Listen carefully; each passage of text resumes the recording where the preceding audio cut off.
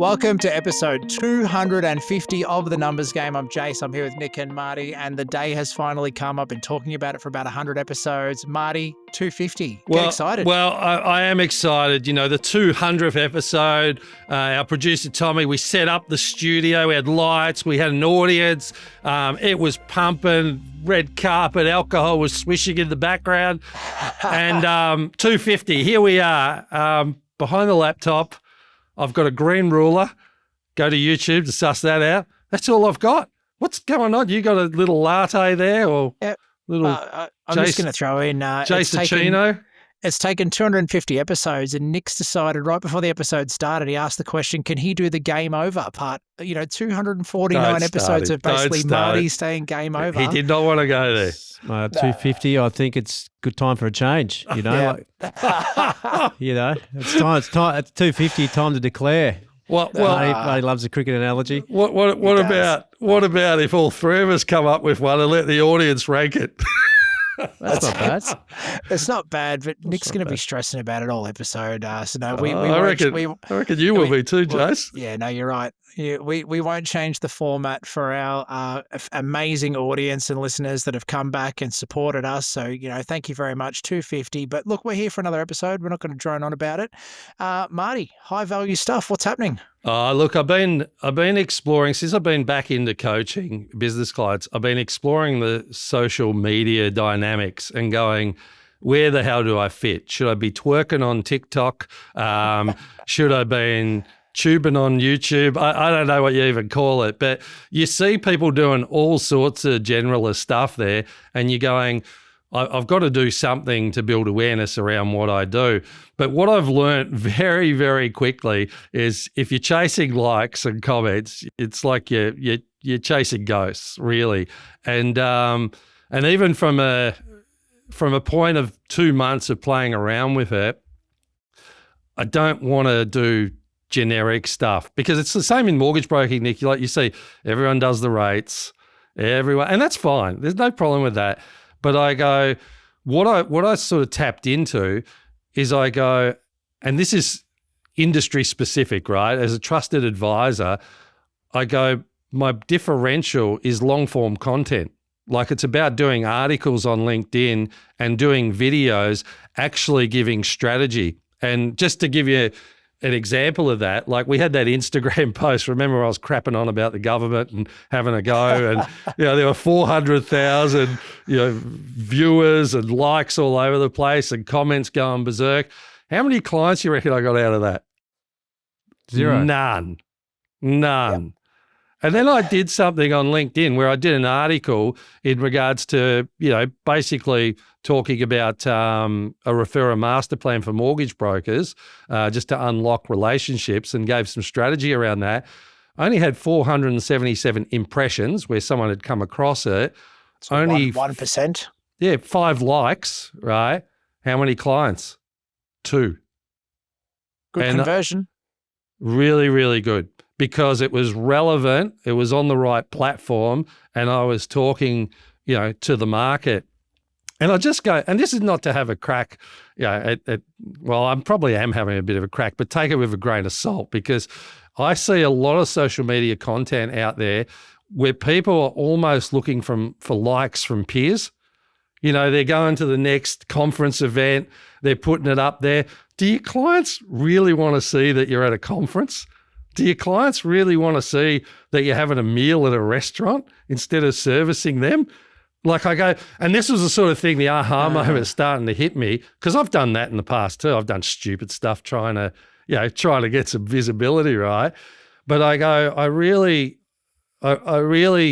question the idea of being the generalist and trying to get visibility and likes and comments, because I feel like the people and the top level clients, they're not interacting with your content, but they're watching. And a lot of the silent type of metrics, like who's been looking at your videos, what's your video watch time, who's going to your profile repeatedly and having a look, because they're assessing, first of all, your strategy piece, but also in regards to whether they can execute on their own, which is fine, or whether they want to work with you in order to implement a strategy. Because one thing learning a strategy is another thing, getting support implementing it. And it's really, really interesting. And I think even particularly in our genre, as advisors, if we are going to do content, I think we really got to be thinking who we're talking to and who our direct client is and what do they want to know. They don't care what event we're going to. I think the awards, yes, because there's credibility in the awards, but I see some crazy stuff out there. And look, take it with a grain of salt. I've done it myself, to try and increase visibility. But initial thoughts, Jace? Lots. I think it's really hard in this day and age as well. Like, just you've got so many different formats when it comes to just talking about social media or videos or, content that you're posting. It's like, where are you posting it and what's the purpose? So if you've got TikTok, LinkedIn, Instagram, Facebook, beyond some of the other fringe ones, X, what's the other one, Threads, there's so many options. So it's choosing, where are you playing? Which one are you playing in? Are you trying to be on all of them? And then what's the purpose and the reason why you're doing it? Because I think, I'm starting to think about people in my profession in the accounting space and the ones that do post the daily reels or the TikToks or the day in a life of, or what I ate today, and then start to go, well, what are we, what is that person trying to achieve from that? Is it building their own, profile online so that they are highly sought after for comments and quotes and articles? There's a method to the madness, but at the same time, sometimes there is, vanity metrics versus sanity metrics. And I've said it for the Numbers Game podcast when people have asked, well, how many downloads do you get? How many, how big's your podcast? And it's like, well, I'd be happy if the same, and the numbers are, if it was the same 500 to 1,000 people that tuned in every week and listened to all 250 episodes, that for me is a quality over quantity metric. And it means that those 500 to 1,000 customers, friends, clients, referral partners that are listening to our show and are heavily engaged are then interacting with Future Advisory and Innovate as a byproduct of that. They know us deeply. They understand why we exist and what we're doing. And there's a lot of value that we give away for free as part of doing this, which, has a nice feeling too, that we are providing education to, everyday Aussies out there that want to get ahead in life. Then you got the other side of social media, which is, kind of the dark side of. Well, yeah, I think how many people are burning a lot of time on that, and what's the actual result of clients coming to them? I think you're right in regards to I think, there's, mortgage broking and stuff like that. There's certainly being on Instagram, direct to the consumer makes sense. But what are you talking about? What are you advising them on? If everyone's doing the same thing, how do you stand out in regards to actually providing real strategy? Now, whether they utilize you or not as the expert, so be it. But if you're putting real strategy on the table, and it's to your expertise. I hear a lot of people talking strategy without any qualifications, and that's a dangerous game in itself. So I think you can set yourself apart as a real strategy expert, but come in with relative really good value, because again, that's going to draw the right person to you as well. And that's been something. Yeah, I've certainly picked up in the last couple of months just by going through the process and seeing what's worked and what's been a burn. Because I don't like doing stuff for the sake of likes. I want to work with the right people, right, and get results. So, Nick, I was going to say, Marty, is it as simple as you just asking people how they heard of you, or how did they come to you? Yeah. Is it as simple as that? Yeah. Obviously, you're looking at the analytics as far as impressions and likes goes, but beyond that, are you just saying, hey, how'd you hear about me? I think it's niching in regards to my expertise, not being too general across different things. So definitely niching. I think definitely the platform. So for me, definitely LinkedIn and YouTube are the two important platforms. The podcast holds a lot of merit. Like, a lot of people are listening to the podcast that we don't know about. So a couple of people reached out based on that, mixed in with the right content on LinkedIn. So it's triggered them. And I think you're right. The thing that I'm working out is I'm going, there are really good people looking at my profile on LinkedIn 2 or 3 times. Now, they're not clients yet, right? But they obviously are considering potentially either the content's good and it's resonating with them, but they might be considered buyers. So that's potentially a time to reach out and engage with their content and literally start to develop a relationship as well, whether they utilize you or not. But I think that's the silent metrics that people are not giving enough attention to because they're more thinking about, I got to get a lot of likes. So, my buddies think it's working well. No, there's I'm being no a bit doubt. facetious there, but yeah. No, there's no doubt it's vanity. Like, I think of mortgage brokers who, take a photo when they're on their way to a meeting in a car. It's like, who cares? So even better if they've got the Rolex or the fancy watch on the nice all car that, too. Like that's probably people more put real their estate numbers up, agent move. just settled this deal. Well, it's like that's to me that's all vanity because they want people to people to think they're successful, and they probably are successful, and that's but that's awesome, not solving a problem. That's a little bit of showboating, which I think, you got to have confidence in the way you come across as well. But I go, there's an interesting way to do it. Maybe you can be on site with, if a client permits it, in regards to a problem you've solved for them and talk to the client about it and how you resolve that problem. Like, again, I think and you got to be careful, there's privacy things on that too. But again, I think people are looking to go from A to B and they want support in getting there. And I think some of the stuff you've talked about, even on the share investing, even on the last episode, that's going to resonate with a lot of people that have been property orientated in the past. And all of a sudden they're going, oh, maybe I need to know a little bit more. But let's say one of the financial advisors at Innovate actually gave a direct demonstration online as a LinkedIn post of going, here's the scenario. This is what it looks like in 15 years. And, based on the reality. And then people might just go, well, instead of it being a 30-second snippet that really doesn't give you much, all of a sudden there's some real intent in the content that's and strategy in the content might go for 10 minutes. And maybe it's only one a week, but it's actually people are coming in for the next one because it provided so much value. And I feel like as an advisor, that's where it's at. And everyone's saying, oh yeah, visibility, do more 30 seconds. And maybe that's right for some industries, but I feel like if you double down on value and strategy, that really your audience starts moving towards you and you can start to bond and make a relationship out of that.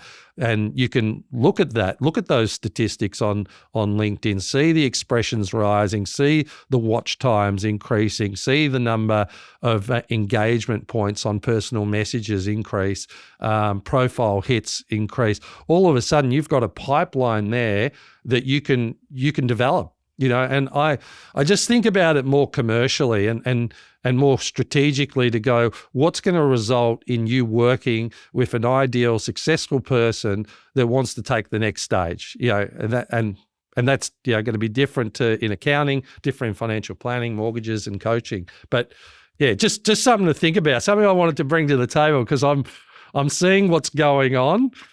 And I just go, there's a lot of dancing. Are you mainly referring to your industry, so finance and I guess professional services? Well, yeah, and I'm thinking in regards to, and I'll give you an example, Nick, because of my background, obviously with Innovate. Like there's some really big businesses looking at my profile because of some of the articles I've put together. Now, they might never work with me, but there's a genuine interest. And I can tell they're not people they're too busy to be ticking likes and commenting, and they've got better use of their time. But it's resonating. And I go, that's okay. I don't need to have 30 likes that don't go anywhere. You know what I mean? But I do want to share value. And like Jay said, like happy to give 90% of it away in strategy, because at the end of the day, it's the execution is where you come in and deliver the strategy, right? So it's there's going to be the great people are going to do it, and the people that are never going to do it are never going to do it. So to me, it's just really understanding. So for example, just the pieces we talk about on the financial planning, but also the accountancy side. I go, the advisory side, Jace, imagine you came on, Yeah, what are they going to, and this is not to be nasty, mate, but this is like, are they going to be more interested in you doing marathons? Maybe the marathon crowd are going to love that, right? Because it's relating to them. Or are they going to be delighted with you showcasing a strategy piece on how they're going to save tax when they've amplified their profits in 1 year and things they can do? And you get that out of the long form in podcasting. Definitely, I know the reactions you get to that stuff. It's very relevant to the audience. And that's what I'm saying here. There's an opportunity where if we're talking across to a client, right, in real time, not on social media, we're demonstrating our techniques, our strategies, and how we can benefit and resolve their problems and help them get to their goals. No different on social. No different on social if we want to take it that way. Is there an argument to say, and I'm not saying this is right, Marty, but I reckon people will be thinking this, part of trying to build your business and your brand is about building your personal profile. So, and one of the things you hear also is, oh, look, I know you know your numbers, but I'm sick of hearing about that. Jason, I want to know about you. Like, who am I engaging with here from a business point of view? So is there an argument to say that you need to balance both? So you're not just, and I'm mainly talking about LinkedIn or TikTok here, not so much. Sorry, I'm mainly talking about Instagram or TikTok, not really LinkedIn. Is there an argument to say I'm picking on you, Jace, because you're the last one to talk about. It's only me or Marty in here, but it's all right, mate. All good. Is an argument to say, Jason, I know you're a really good accountant. I don't want to hear about all of that. Yeah, give me some education every now and then because I love it, but I want to know about you. Like, who's the business, the brand that I'm going to start engaging with and paying, because that is the argument you get. You've got to bring in that personal touch as well. And I think that's very, very true. And you'll see me even on LinkedIn. Like, I'll put up a picture of me and Charlie doing something. That's more to get in touch with the audience, to get to know me beyond, just but it can be 4-1, right? It doesn't need to be. You know what I mean? It gives an insight. And like when you're sitting in front of them, how you get a feel for someone in regards to their transparency, their personality, that they're going to look after you, that they're knowledgeable as well. That's what you're doing in demonstrating the strategy online as well. So people are actually building digital trust with you as a professional as well. And that's really important when people are making, really strong financial decisions or business decisions as well. So you want to think about how you're showing up, because you want to be coming across as human, obviously, not just showboating, when you're delivering a strategy piece as well, as you would if a client's sitting in the room with you. I don't think it's any different, and I think that's where the rewards are, where your conversion is a lot higher than going too wide and getting a lot of different viewpoints for different reasons, and really just focusing in on what you're good at and sharing that with the audience. And I feel like, I don't know. I just noticed the difference in trying both approaches, and that might be just like you said. It might be for strategic advisors, and everyone's going to be different. But I definitely can see the difference. I think in result. Look, overall, social media done well and done right can be insanely powerful for wealth creation and generating income for certain business owners and certain types of businesses.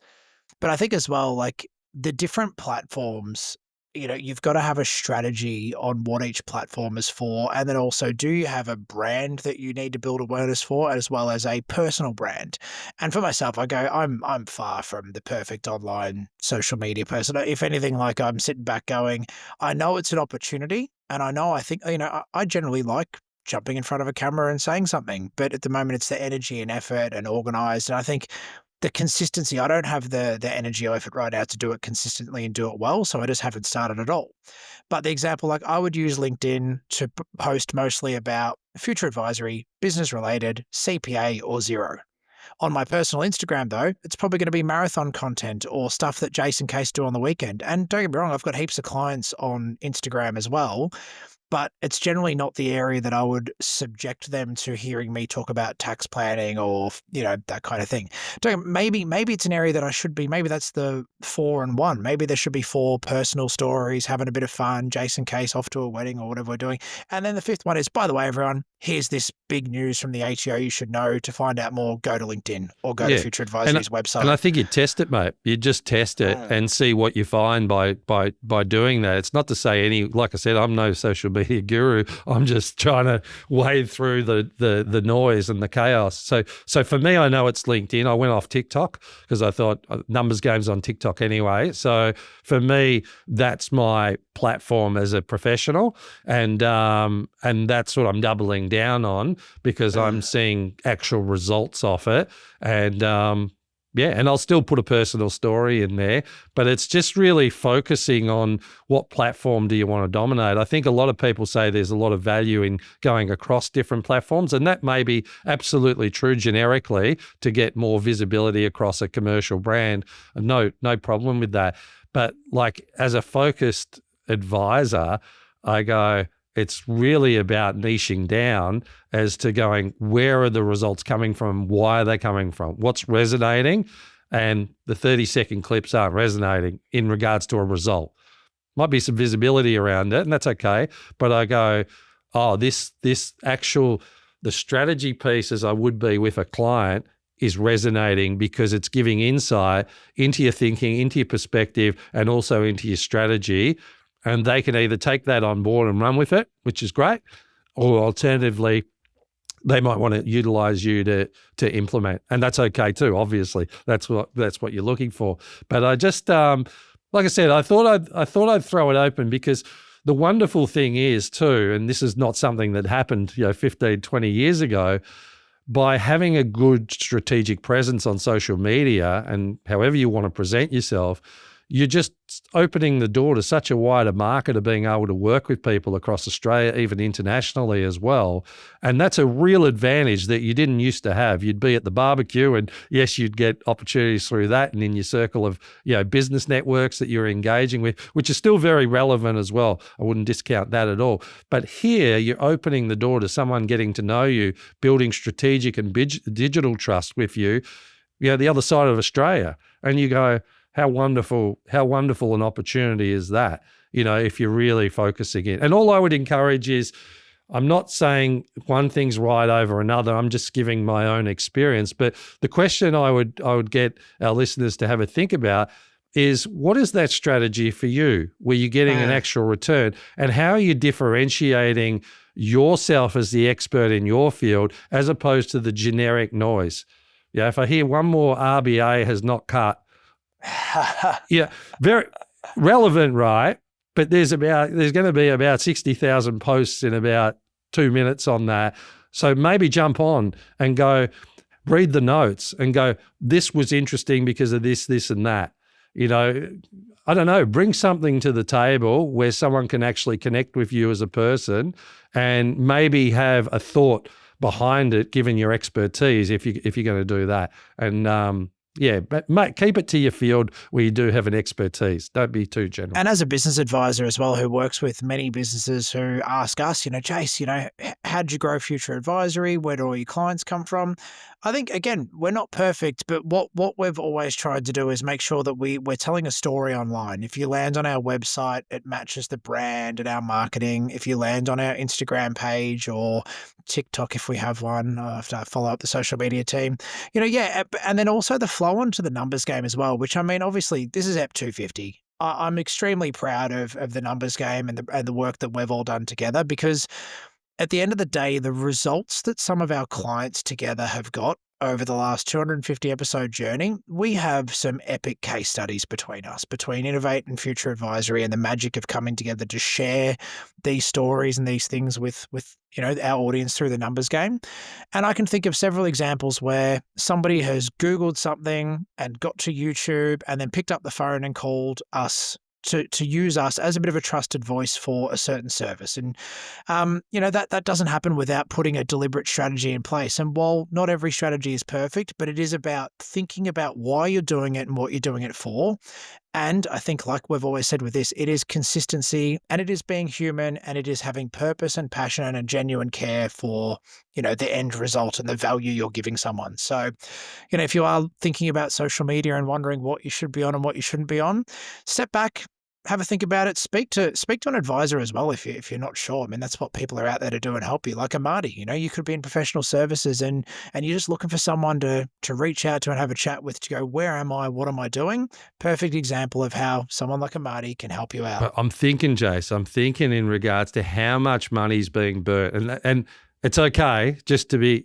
generic, to how much money's getting burned in these areas. And I know they're all going to come at me by saying that. I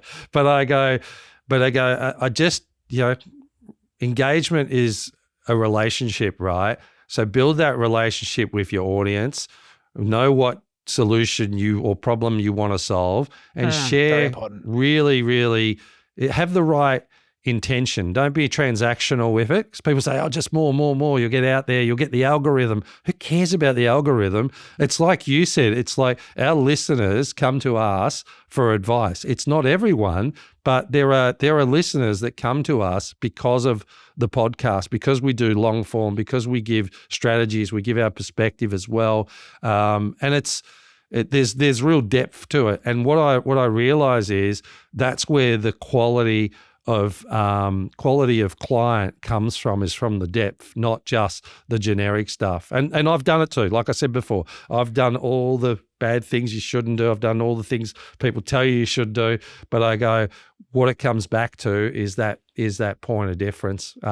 For my market anyway, And I remember at one stage when we had 4 weeks off at some part of the journey along the numbers game, we had a little bit of time off for some reason, and I got a message from a listener who was like, hey guys, part of my weekly ritual is on this day, I walk the dog and I've got the numbers game in my AirPods, and I've been looking for the next episode. It hasn't come out. Is everything okay? Are you guys going to release more eps? And I was like, oh, this is cool, right? Like that was a really nice feeling to know that, we are giving value. There are listeners that care.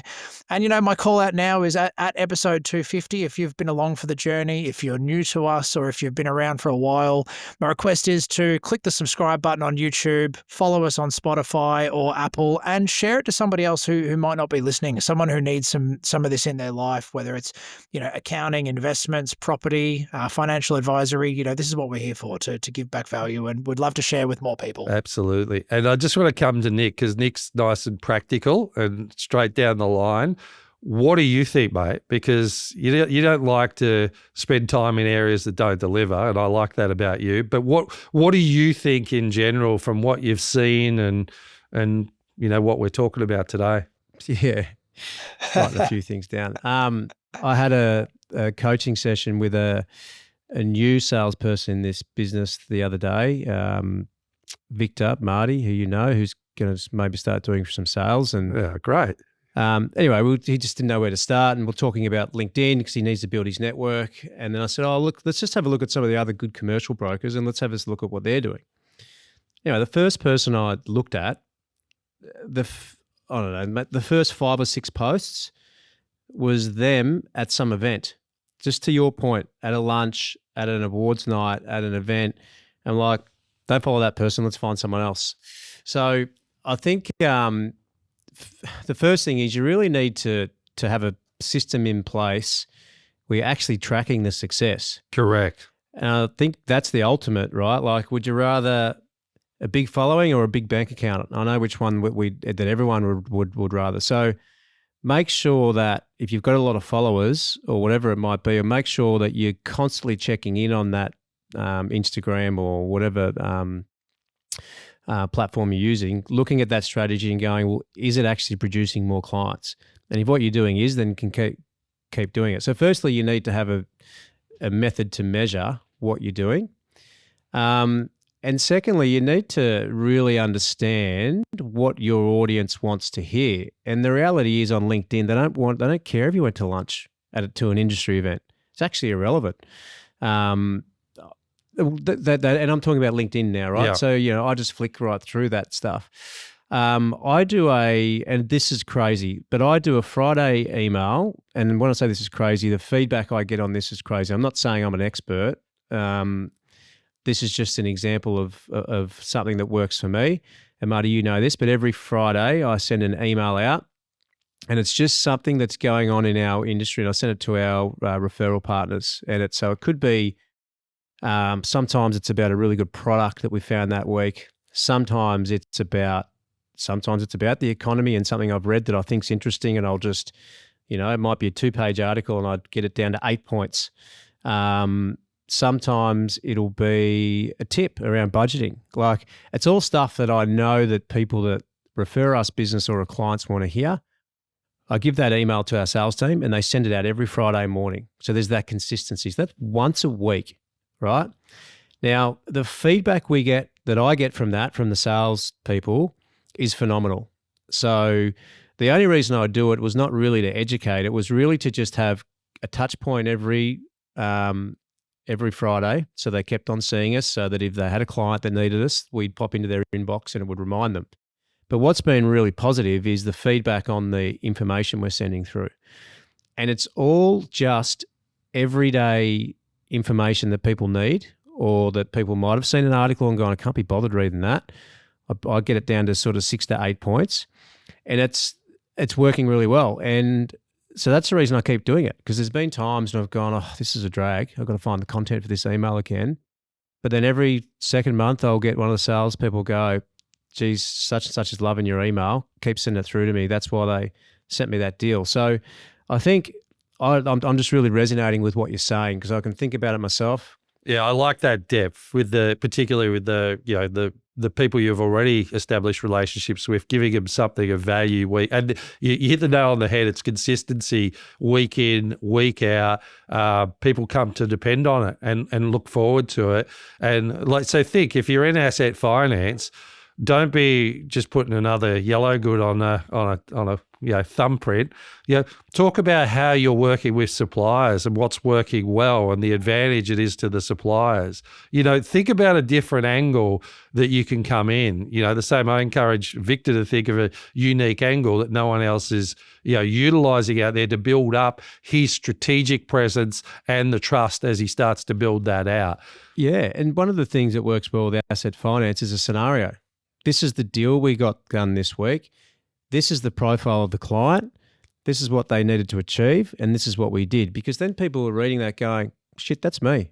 I'm going to give these guys a call. Not, hey, asset finance, $50,000, we can get you 6.7%.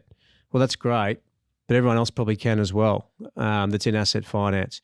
Show me how you solve the problem for someone who's like me and small business owner. So exactly. That's the thinking, and it's going to be different depending on what you're doing. If you're someone out there who's trying to be an influencer and sell products, then you need as many likes as you can get. So you got to make content that just makes people want to follow you, so you can then sell products. So it's different for everyone. But I think if we're talking about our industries or just service-based industries, for me it's just educate, because it demonstrates that you're an expert in the field. And then second to that, you need to have a way, if that is your strategy, you need to have a way to measure it, so you can change it if it's not working. Yeah, it's a fair point. It's like, I go back to Clementine with Salt Lab, who we've had on the show. Their marketing strategy around product is astronomical on socials, like astronomical. So you see in that context, like how that works, and it's just mind-blowing how good it is. So that's that's a direct context thing where it works brilliantly well. E-commerce product to sell, social media and marketing is a totally different game to, the quality of a professional services and the content someone in professional services or a non-tangible product. So different game. But perfect example though. If you've got a product to sell and you can get it in front of people enough that they can click and buy, awesome. But Jace, to your point there, different ball game, but you're going to a professional marketing agency that you're paying money to. So you want constant feedback on results. You want to make sure you're getting an ROI because you've spent the money. Now, I would argue that your time's more important than money that you spend. So if you're out there in the service-based industry and you're spending 3 hours a week on social media, and your average charge out rate is $300 an hour, then you've spent $900 a week on that, hypothetically, because that's time you weren't in front of another client. So if you went to a marketing agency with a strategy, you would want a weekly update with the results, just like Tommy gives us with our podcast, because we put time into it. So it should be no different if you're out there making videos trying to do it yourself. You should treat it the same. Exactly right. And Clementine did spend a lot of time to get to that point, to get it right too. She put in a lot of time and effort and expertise. Even the way the videos were being produced and the angling to the avatar was strategically brilliant. So it wasn't just education. Education was huge. Correct. In getting to that point. And that was her point of difference, which was magnificent. And Marty, to your point about I've recently unfollowed someone on LinkedIn. Didn't really know them personally, but in the services industry, in our industry, always putting up content or whatnot about mortgages. Recently went on a holiday and pretty much documented the holiday, and I've unfollowed because I'm sure it's great, but I'm not interested, right? Because I don't want to see that stuff on LinkedIn. I was interested in some of the other stuff that you were talking about, but during your holiday period, I've actually dropped off because I've got sick of seeing it. So I think you've just got to really understand your audience and the platform, like you said, from day one, and then, not to repeat myself, but make sure you can measure it, Yeah, fantastic, lads. Well, guys, I don't want to go early, but save the date, June 2026. Episode 300, huge party. I think we tie it into an end of financial year party. We'll get guests. We'll be on stage. We'll have real fireworks, streamers. We'll have beers and champagne. We'll get an official date out for the save the date. But we're excited. Again, thank you to our audience. Thank you to you boys for showing up. Thank you to Tommy in the background. Episode 250. Until next time, though. We love the audience. And love you lads too. Well done. 250 is a great effort for the listeners and hosts alike.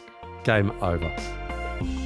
This podcast is for educational and informational purposes only. The conversations are of a general nature and do not qualify as financial or tax advice. We recommend before you make any financial decisions, you consult a licensed professional. Individuals on the podcast may hold positions in the companies discussed.